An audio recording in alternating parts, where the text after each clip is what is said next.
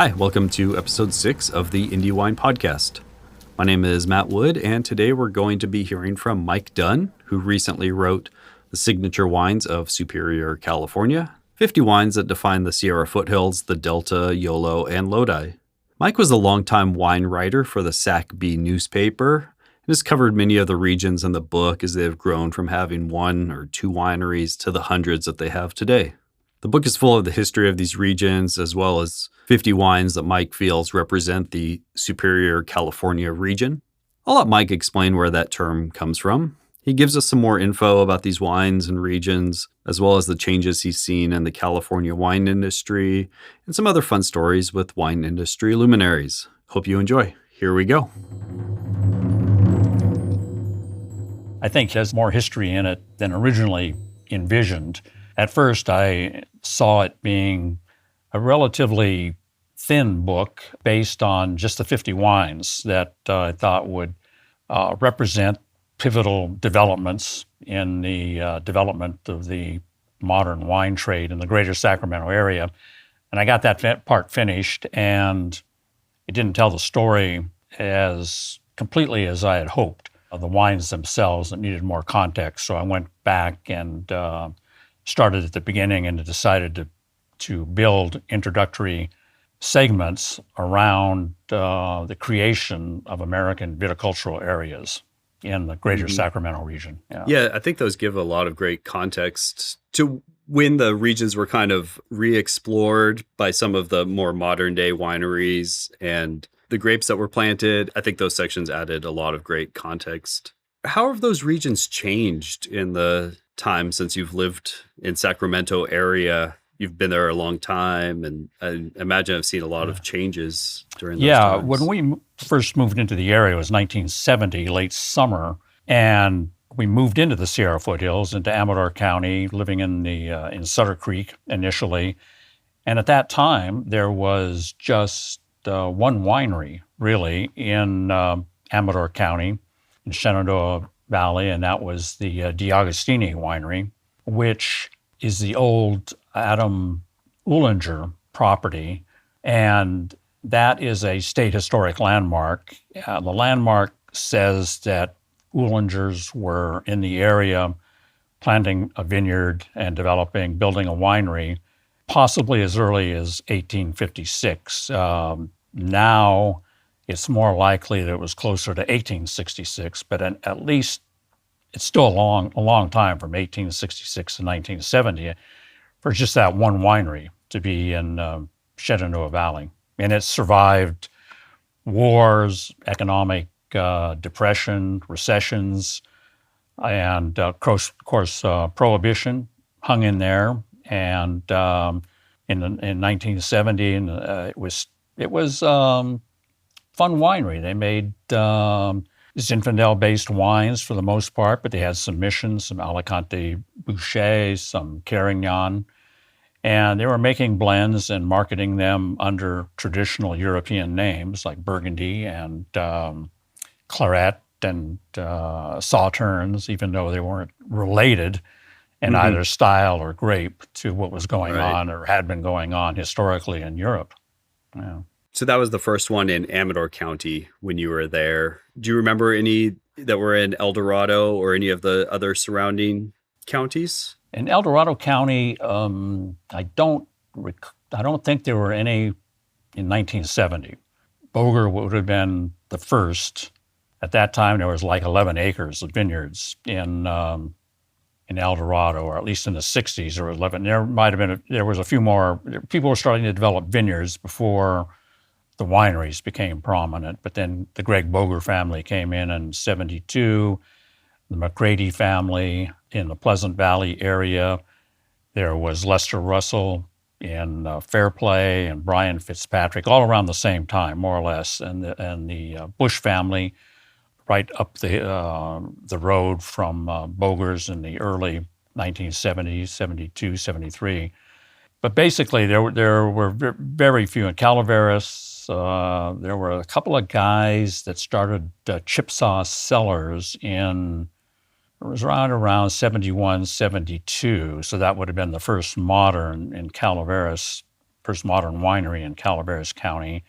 That predated Barton Stevenow, who came in with his namesake winery and had the most impact in Calaveras County during that era. Lodi would have been, I think Boris Cellars would have been the first boutique winery starting in the early mid-1970s. But there was a big corporate and cooperative presence of winemaking in Lodi at that time. There were quite a few vineyards. Flame Tokay was going out, and Vitis vinifera, other Vitis vinifera grape varieties were coming into Lodi, being planted extensively. Zinfandel, Petit Syrah, some Cabernet, Chardonnay, but mainly Zinfandel. And that was, the Lodi development of vineyards, of course, predates Prohibition, starting in the 1850s, but then actually picked up during Prohibition because of home winemaking, and it was still allowable in the country, and a lot of Lodi produce, fruit was being shipped east, and it actually grew during Prohibition. And then when repeal came along, it just continued to expand in Lodi. How did you get started writing about the wineries in Superior, California? Yeah, Superior, California. Well, we moved into the area, and I was freelance writing and working part-time for the Amador Dispatch, the community newspaper in Jackson. I only wanted to write for the paper part-time because I wanted to pursue a freelance writing. And part of that, I ended up stringing for a number of daily newspapers, the Stockton Record, the Sacramento Union, San Francisco Chronicle, and Examiner, but mostly the Sacramento Bee. And the assistant editor initially, and then he became the editor of what was called the Superior California section, which was the Bee's section devoted to news in outlying areas. And by Superior California, they meant more or less from Sacramento north to the Oregon line and east of Highway 5 on over to Nevada. And so the editor of that section was a fellow, Joe Evans, very interested in food and wine. He liked good food, he liked fine wine. And he also began to sense that some things were starting to happen with the development of vineyards and wineries at first in the foothills. And so he would get this tip, or he would hear about somebody planting a vineyard or somebody starting a winery, and he would ask me to pursue the tip. And I did, and generally there would be a feature story that would come out of that about the people who were coming in. Kerry Gott and his wife Victoria were the first ones to establish a winery in Shenandoah Valley, aside from the D'Agostini. The Leon Sobon family came in shortly thereafter. Dick Cooper, who a member of a longtime farming family in Shenandoah Valley, he and his father, Hank, began putting in vines. So it led to a number of vineyard-related, winery-related stories, and my interest in wine grew from there. My stringing for the Bee began in 1971 and 1978. They had a retirement in the features department. I was primarily interested in writing features. They asked if I would be interested in coming aboard as a full-time staffer in the features department, and I was. And so I began in November 1978. By that time, Joe Evans had become the features editor. So I was doing whole lots of different kinds of features, personality profiles, issues, controversial issues. I did several features related to AIDS because it was a major story at that time, but also began to do a food column, and it was kind of an offbeat thing, there was a factory still existing in Sacramento in the south side area of the community, which is part of downtown. that made fortune cookies, still making fortune cookies. So it would be a column on kind of offbeat, specialty foods, led to other specialty foods. And Joe was still urging me to keep an eye on wine developments in the area, and not only in the immediate area, but Napa Valley, of course, and Sonoma County. So I would be doing stories on Robert Mondavi and other early players, August Sebastiani, David Ramey at Ramey Cellars, and just numerous players, Giulio Gallo, and of course the Gallo brothers, but being able to spend a day working on a feature with Giulio Gallo was a kick, and doing stories in a similar vein. It doesn't seem like too many people got the chance to do a big story on the Gallos. They must have liked you. The Gallos were pretty secretive, pretty closed, and Ernest remained that way his whole life, but Giulio was a little more approachable and accessible. And one day I got a call that said Giulio was making, one of his periodic, frequent visits to the Sonoma properties that they were developing. And they had purchased equipment from the construction of the Alaska pipeline, which had been completed.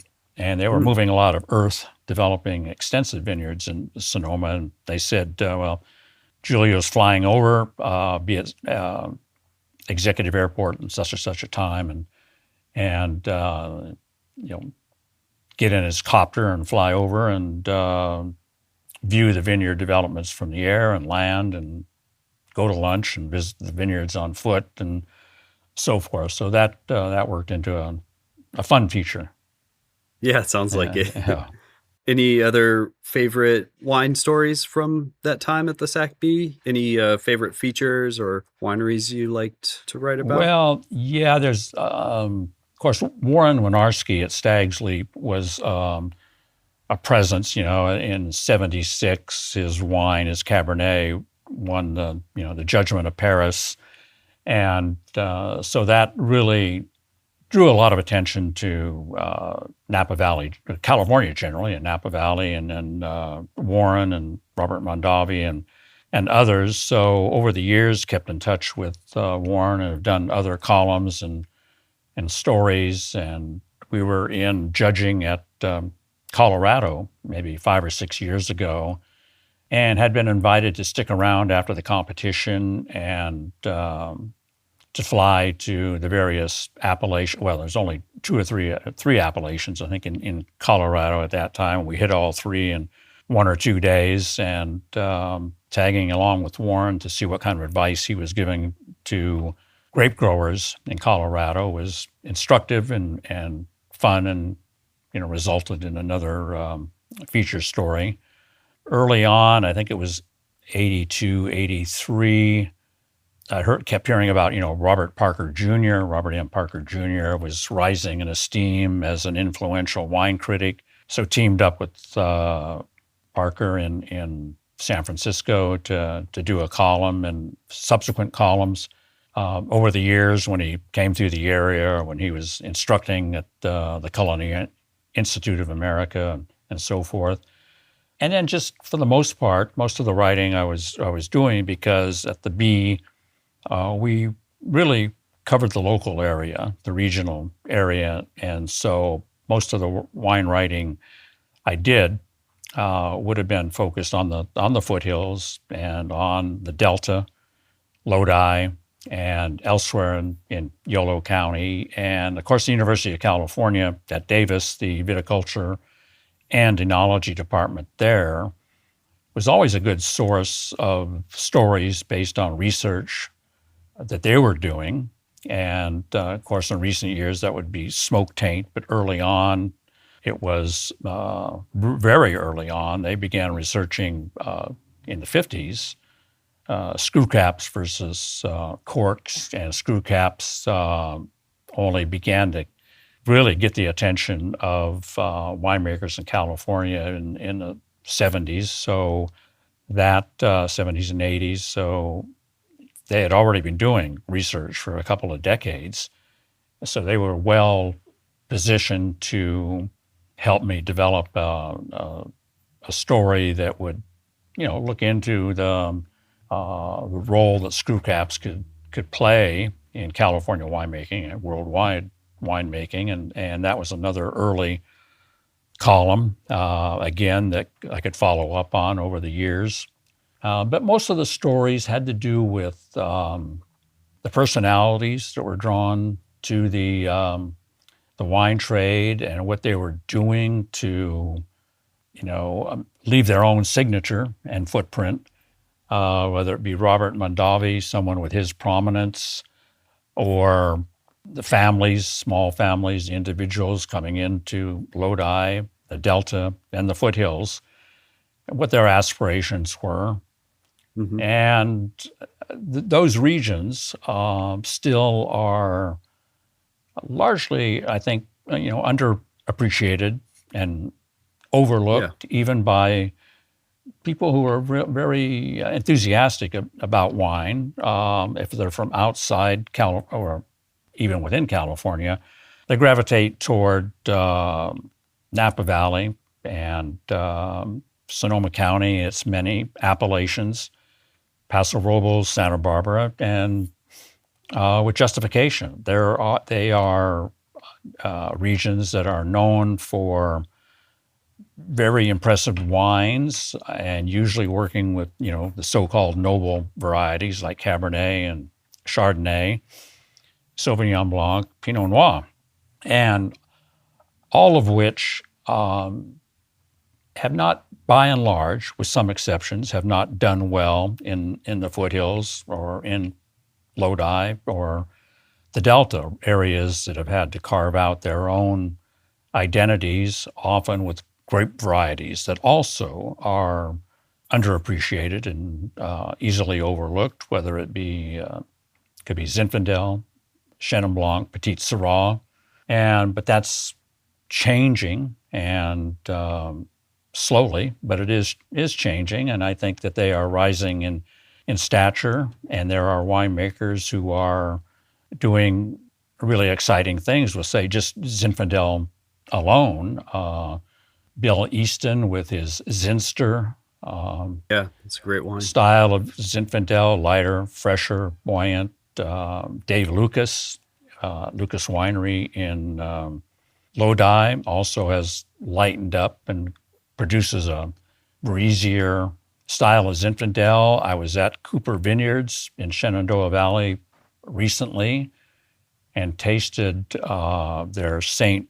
Peter's Church Vineyard Zinfandel, which was a revelation, another very elegant, fresh, and refreshing style. I'm just getting ready to write up that. St. Peter's Church being a vineyard in Cloverdale, and Kent Rasmussen was very instrumental in discovering that vineyard, now 130 years old. But back in, I think it was 2006 or thereabouts, Dick Cooper had heard about, probably appreciated some releases coming from that vineyard, this is Zinfandel, got some cuttings and developed a 2.8 acre plot of it, and early on used those grapes for his Shenandoah Valley standard Deaver clone Zinfandel, and then he and his winemaker Mike Roser recognized what a distinctive wine all on its own it could yield. So they began to release in very small quantities a St. Peter's Church Zinfandel with the 2012 vintage. And since then, it's become their premium Zinfandel. I think it retails for $41, $42 now, but and sells out very fast because it's just a different take on Zinfandel, but has a lot of vitality to it, a lot of sunny fruit, great acidity and spice. They age it for about 3 years in American oak. Okay. And but doesn't have a pronounced oakiness to it. It's the fruit is what is highlighted. So things continue to evolve and develop. That's not a wine that is in the signature wines, the Superior California, one of the 50 that I highlight. But it's a new discovery, and if there are subsequent editions, then it could be one of the 50. Wines come and go, and wineries come and go. Are there any wineries that would kind of be on that legacy list? Wineries that you feel like the wine would be in the book if it was still around? Well, if it was still around, certainly the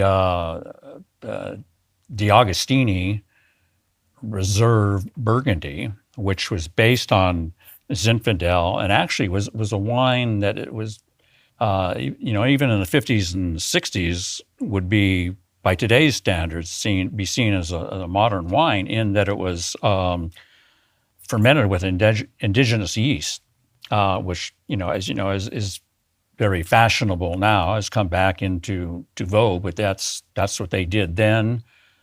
But that went away. Interestingly enough, however, the Charles Spinetta Winery in Shenandoah Valley, just within the past week, was sold to a member of the D'Agostini family, a relative of there are several D'Agostinis up in Amador and El Dorado counties. Okay. So they are reviving the traditional D'Agostini label. They can't use the name Reserve Burgundy. They have acquired rights to the name, but Burgundy they weren't grandfathered in. Of course. When French Burgundian producers had the name Burgundy safeguarded. So American wineries can't use it. So they can't, but they will make a Zinfandel wine in that style, very accessible, easygoing, fruity, and release it. I think they're going to call it Legacy Red. Okay. And Reserve Legacy Red, or something to that effect. And that'll be coming on down the line. That would be another one, a candidate that would be, I suppose, for inclusion in a future edition, and a throwback to a wine that certainly, had it been around, I would probably have included it. Was there a winery or wine that sort of jump-started the book? Was there one that you had in your mind as kind of the template? The one that comes to mind certainly would be the Shenandoah Vineyards Special Reserve Zinfandel. Again, Zinfandel, but it's been around. Let's see, that winery started in 1977, and within a couple of years, they had introduced this Special Reserve Zinfandel.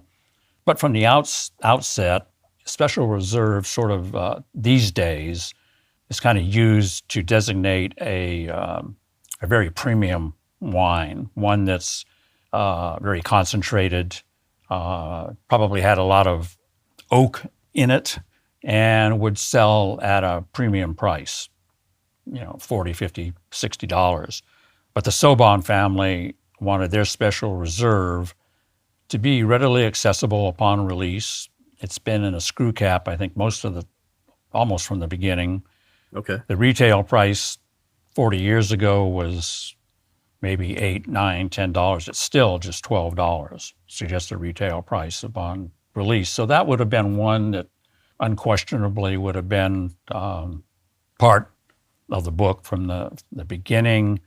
I'm sure Jeff Runquist, Cooper Vineyard, Barbera, would have been one that probably would have really got me started. Would have had to been a wine that definitely should have been included. The same with Terre Rouge, Syrah, Scott Harvey.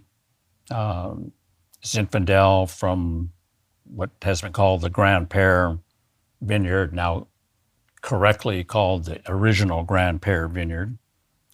Very small. So Scott Harvey Wines and some other producers, Vino Noceto,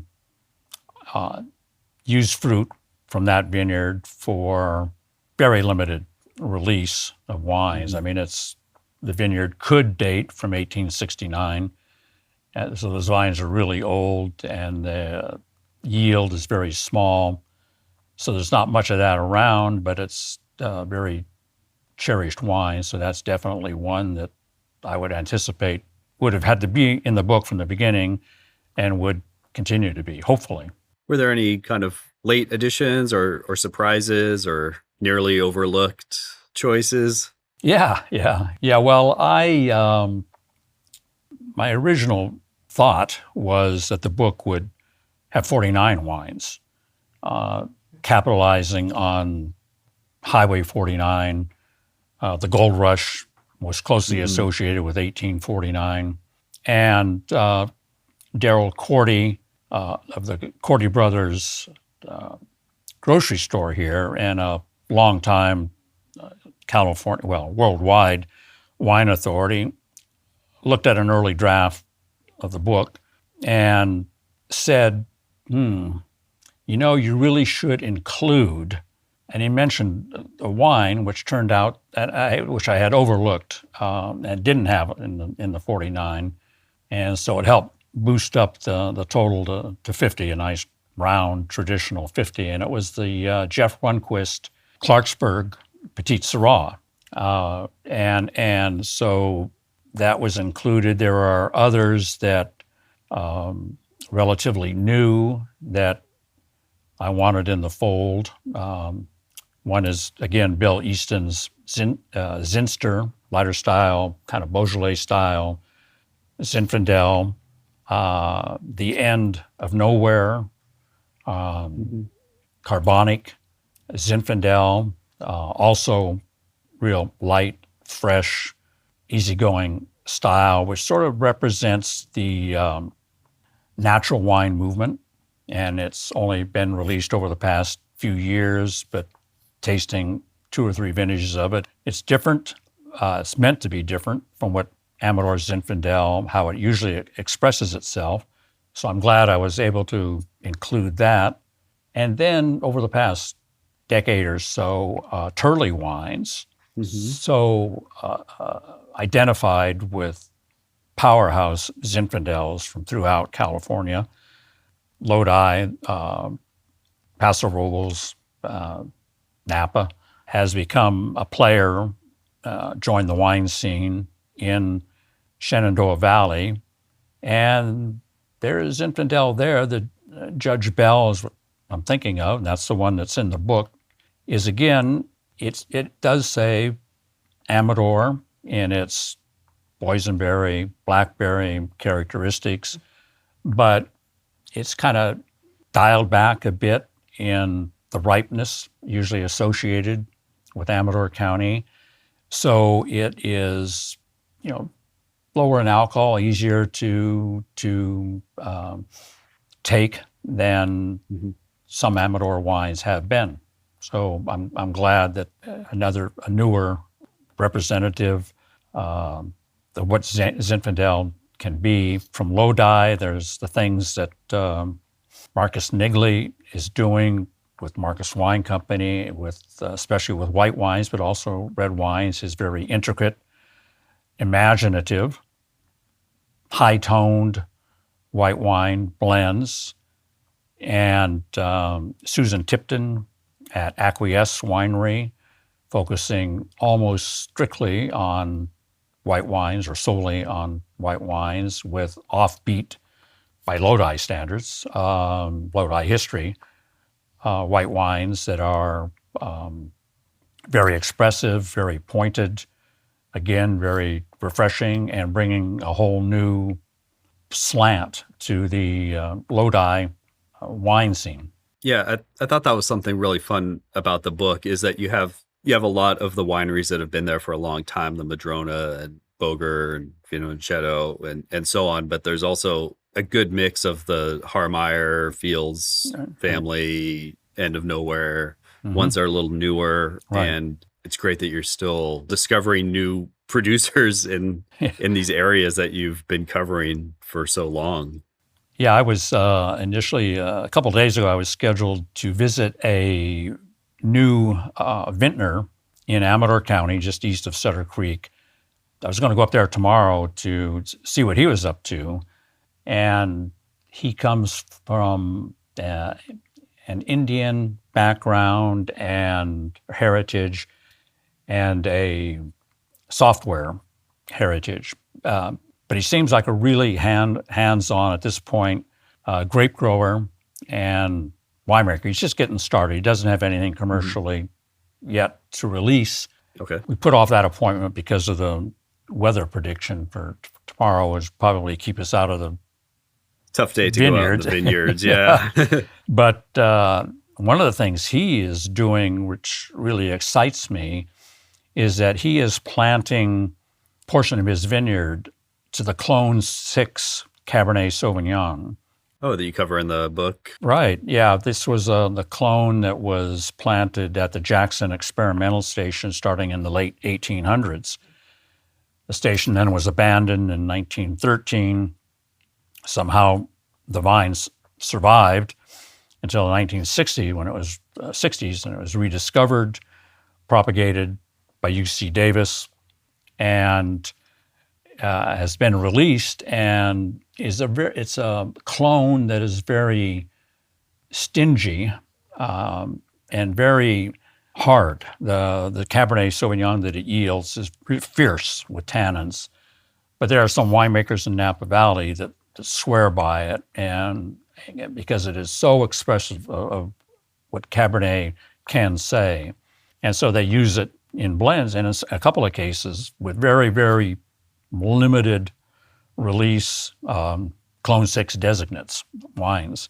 Okay. So what this guy is bringing it back, and it's going to be really exciting to see how it does up there and what he does with that fruit, and if he can tame the tannins and release a really, really nice Cabernet Sauvignon, which is very rare in the foothills. CGDRE has, after 20 years of working with the grape and experimenting with different clones, Heim has really mastered it, and I'm glad I was able to include his Cabernet Sauvignon in the book.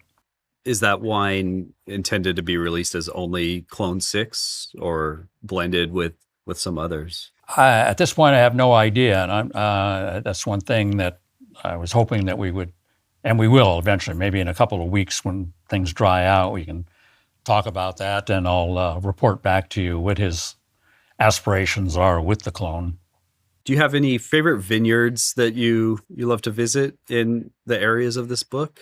Any that you feel like they really speak to you when you're there? Well, Clock Spring Vineyard again in the Shenandoah Valley, its history, the personalities identified with it, the late Frank Alviso, and his business partner, John Hahn, who actually I became acquainted with, not because he was a grape grower, but he was the counsel, the lawyer for Amador County when I was at the Dispatch, and we would attend weekly Board of Supervisor meetings. He would, in his capacity, and me in my capacity as a reporter, became acquainted well about political issues long before we got on the same page concerning grapes and wine.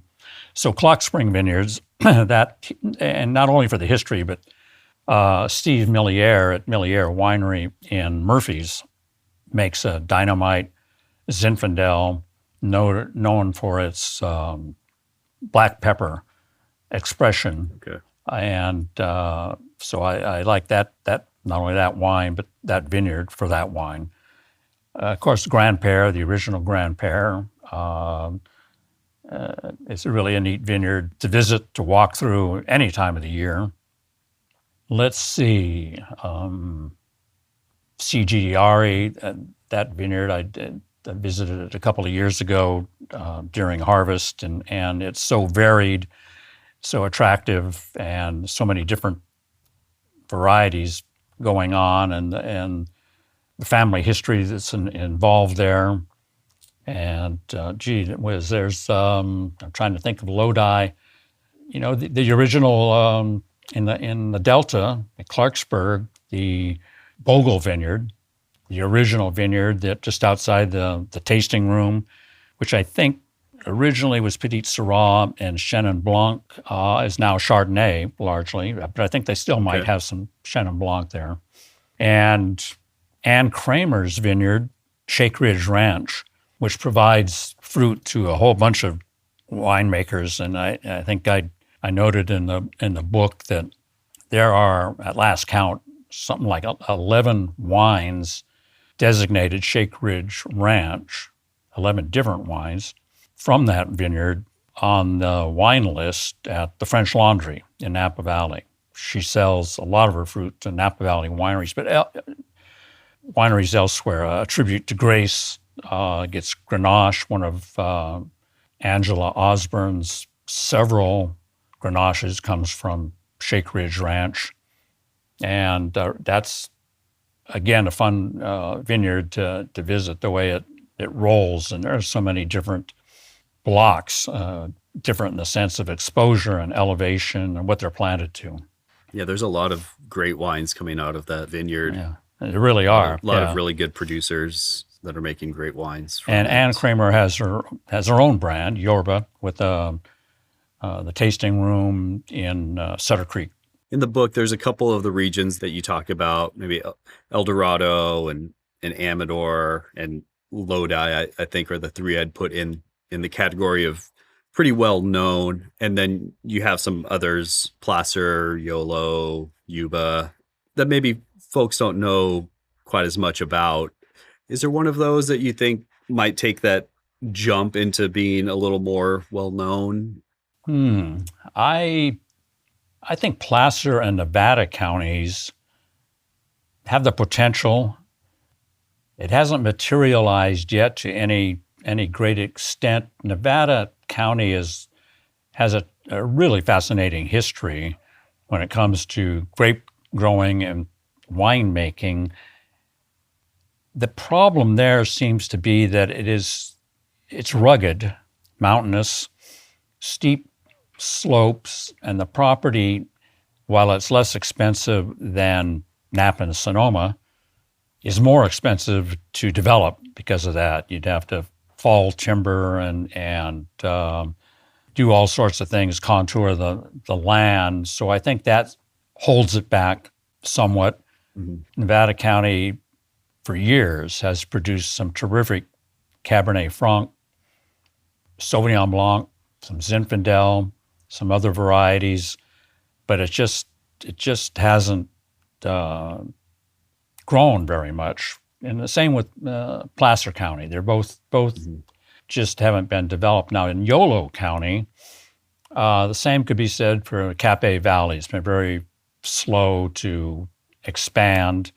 Now in the Dunnigan Hills, it's been a lot of planning there in Yolo County. And you have Matchbook, Crew Wine Company, Matchbook Wine Company, same company. The Gagier family, John and Carl and Lane, have been instrumental in really drawing attention to that portion of Yolo County and the Dunnigan Hills in particular. But they're still the only winery presence out there. Other vineyards that have come in are hesitate to say corporate, but larger wineries and growers from Napa and Sonoma, who recognize that the quality of the fruit that can come out of there, but they use it for the most part to supplement their premium wines, either in blending or as separate releases that might not yet have the stature of their flagship wines. But there's still, there is growth going on in the Dunnigan Hills. There in Lodi, it seems to have hit a plateau, and it could go either way. There's some vineyards that have been pulled out, especially, unfortunately, Old Vine, Zinfandel, and other varieties, grape varieties, because the farmers can get more money for walnuts, I guess, and maybe almonds. So it goes back and forth in Lodi. I think the acreage, it fluctuates between 90,000, 100,000 acres within the appellation. How do you feel like climate change will affect some of these regions? Well, I think in, say, El Dorado County, Amador County, and Nevada County, that has higher elevation space that could be developed into and therefore cooler, could be developed into more vineyards that would soften the impact of climate change and higher temperatures. I think elsewhere, in Lodi, which is cooler than it often is perceived, but nonetheless will be susceptible to climate change and warmer temperatures. Going back to the Dunnigan Hills, the same there, which is pretty warm to begin with. I think that there are growers who are introducing more Portuguese and Spanish and warmer climate varieties and seeing how they are doing, and they're responding well. Tempranillo, some of the varieties used in Portuguese blends, either in port or aside from port, that lend themselves to dry table wines, are going in and performing well. So I think they're making that necessary adjustment. And also viticultural practices are being tweaked to help as much as it can block, trellising to block clusters from intense sunlight. Mm-hmm. And I think that's what has helped account for the turnaround to a limited extent, but nonetheless a turnaround with Cabernet Sauvignon in the foothills. Great. I wanted to ask you about your wine judging history. I know you do a lot of judging for wine contests, and you have for a long time. How have the wines changed since you've been doing that? And do you think they've gotten better or more consistent? Yeah, when it comes to wine competitions, and I do judge a fair number. A lot of that was suspended or became somewhat spotty during the pandemic, but now they're getting back online. There's a growth in a number of competitions, and there are some historic competitions that are still around that I enjoy judging: Los Angeles International, the California State Fair, the San Francisco Chronicle. Actually, I don't judge at the San Francisco Chronicle these days. I have another assignment there concerning writing tasting notes on best of class wines. But to your question, yeah, definitely, broadly speaking, the quality of the wines in competitions has improved.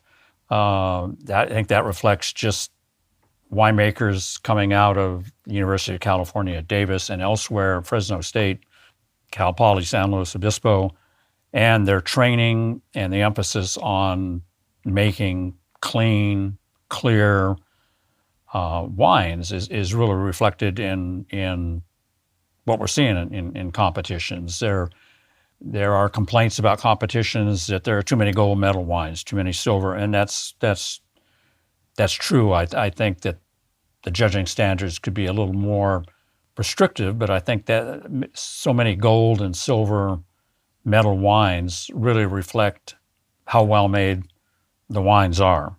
I think that if standards were to be tightened up a bit, it would be in the sense that maybe the wines could be a little more expressive as to what they're supposed to be when it comes to varietal purity. Okay. I came back from a competition the other day, the Los Angeles Invitational, and our panel judged 20-some Cabernet Sauvignons in the price category of $75 and above, which is a price category where I think the Cabernets should really express Cabernet Sauvignon. They're bound to be young and somewhat hard, but beyond, and they were, definitely, but beyond that, there should be decipherable a fair amount of traditional Cabernet markers, the cherries, the herbal notes, the olives, eucalyptus, things that I identify with Cabernet Sauvignon, especially California, and a high proportion of these wines were from Napa Valley. But they were just so tannic, so hard, that maybe they were just entered too soon. Maybe they shouldn't have been entered in the competition. But judges generally are willing to look beyond those fierce tannins and recognize and acknowledge the fruit. But even doing that, the fruit was very elusive. That was a big disappointment. Back to your question, that winemaking it's a very competitive field, and there are the wines are competitive, and in a competition where they're judged blind, we're looking for really the best wines on the market in a wide range of prices and from a wide range of terroirs, appellations.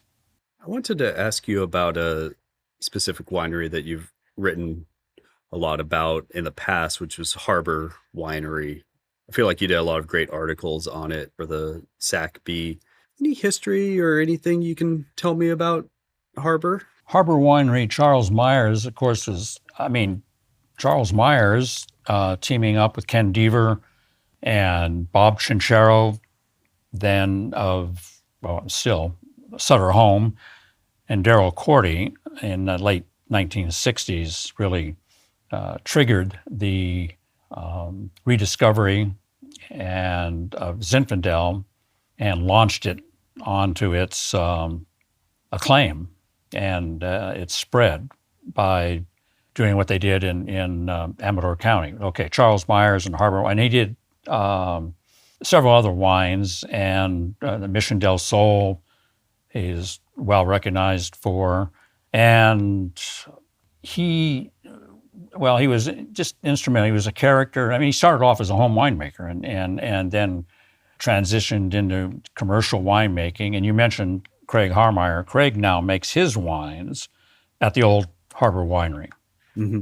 And Andis Wines in Amador County, in conjunction with Darrell Cordy, is making a Zinfandel based on Charles Myers, I hesitate to say recipe or formula, but his notes that he kept when he made his first Zinfandels. And that was done originally 7 or 8 years ago for one tribute wine. And now they're doing it again, I think off the 2022 vintage, or maybe 2021. Okay. But it won't be released for another year or two. But that's the kind of esteem that Harbor and Charles Myers, and the kind of influence that impact that they had. And Darrell Cordy wants to continue to remind people that and to pay tribute to Charles Myers. But he definitely, wandered into Deaver Vineyard in Shenandoah Valley one day, I think he was looking for Mission more than Zinfandel, but saw these great old Zinfandel vines and decided I'd like to get some of that, make some wine, see what came of it. And it was, it just set Bob Chinchero on his route to becoming Chinchero Family Estates now, which is the fourth largest wine company in the country, or thereabouts. That's amazing that Amador Zin can do that. Yeah. That's great. There wasn't much of that Amador, I don't think, if any, much of the Amador Zin that he was getting from Deaver went into white Zinfandel. he developed other vineyards and got other sources for white Zinfandel, which really also helped lay the foundation for the success of the company. That's great. Yeah, is there anything you'd like to mention that you think I missed? I don't think so. In the book, I'm really happy with the continued expression and quality of the 50 wines that I've highlighted, and I do think that each tells a story not only about a great variety or a vineyard, but about perhaps a trend or a change in style, but principally about the people behind it and the risk that they've taken and how they, in all cases, have doggedly stuck with this or that variety and continue to really make something of it. And beyond the 50 wines, there's a lot of history in there that, and I could have expanded on that and gone on and on and on, but at some point you have to say enough is enough. I went down any number of rabbit holes doing the research, and some of this information I've kept and I'll draw on again in the future, but I had to cut it off at some point, and once I felt that it served its purpose, which was providing the grounding for a better understanding of the 50 wines. I don't think I've mentioned that I should mention is that I started to launch this website, signaturewines.us, primarily to help market the book, but there's a blog embedded in it, and that allows me to, even though I'm no longer writing for the Sacramento Bee, I do some other freelancing, but for the most part, I'm using the blog to just keep my hand in reporting on what's going on in Superior, California, the wine scene here, whether it be Lodi or the Foothills, Yolo. So as I mentioned, I'm just writing up one concerning the St. Peter's Church Vineyard Zinfandel from Cooper Vineyards, and just posted one concerning the revival of the D'Agostini brand. And it also allows me to report on competitions where I've judged and my impressions concerning whether it be really hard Cabernet Sauvignons, or on the flip side, at the Los Angeles Invitational, was how delighted our panel was with a class of other red blends, which could be anything, and basically was anything, but there were some really, really nice blends there. They were exciting. In contrast to the Cabernets, they were exciting wines, and whether they be happy accidents or a reflection of some really precision winemaking, that's definitely one area, blended wines, that the quality has improved over the years.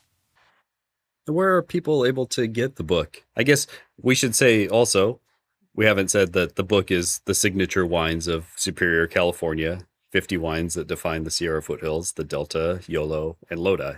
Correct, yeah, that's a full mouthful. Yeah, incidentally, it has just recently become available as a Kindle version. So it's available at Amazon.com, and then it's available at many wineries in Lodi and in the Foothills, in Calaveras, Murphy's, at Miller Winery, at Lavender Ridge, and in Amador County, Scott Harvey Wines, Jeff Runquist, C.G. Diari, in El Dorado County, Boger, Madronia, except they just sold out, so I'm going to replenish their supply this weekend. Okay, great. And a real source is Amador 360 in Plymouth as you're coming into the Shenandoah Valley in Amador County, and that's a retail place, also a place a lot of people are familiar with because you can stop there if you're visiting and you don't want to haul your wine back to North Carolina or Connecticut or wherever. You can have it shipped from Amador 360. So there's a lot of traffic that goes through there. The book is available there. Some bookstores like Avid Reader in Sacramento, wine bars here, Rochambeau in Sacramento, Time Tested Books, Capital Books in Sacramento. It's available there. Great. And Cordy Brothers, I think also. Yeah, how could I forget Cordy Brothers? The biggest single source. Whoops. Thanks for listening to today's episode with Mike Dunne. I really enjoyed hearing how these winemaking and grape growing regions have grown and changed, and Mike was there documenting much of it. There are links to the book from Cordy Brothers and Amazon in the show description, as well as Mike's website if you want to pick up your own copy of the book. You can follow the podcast on wherever you're listening, and also the Instagram at Indie Wine Podcast for updates, or email indiewinepodcast@gmail.com. Next episode will be with Adam Sibeli Frisch of Sibeli Frisch Wines. We'll talk about making wine in LA, why and how he works with Mission, what he likes about the Lodi region, and running a small winery in California. Have a good one.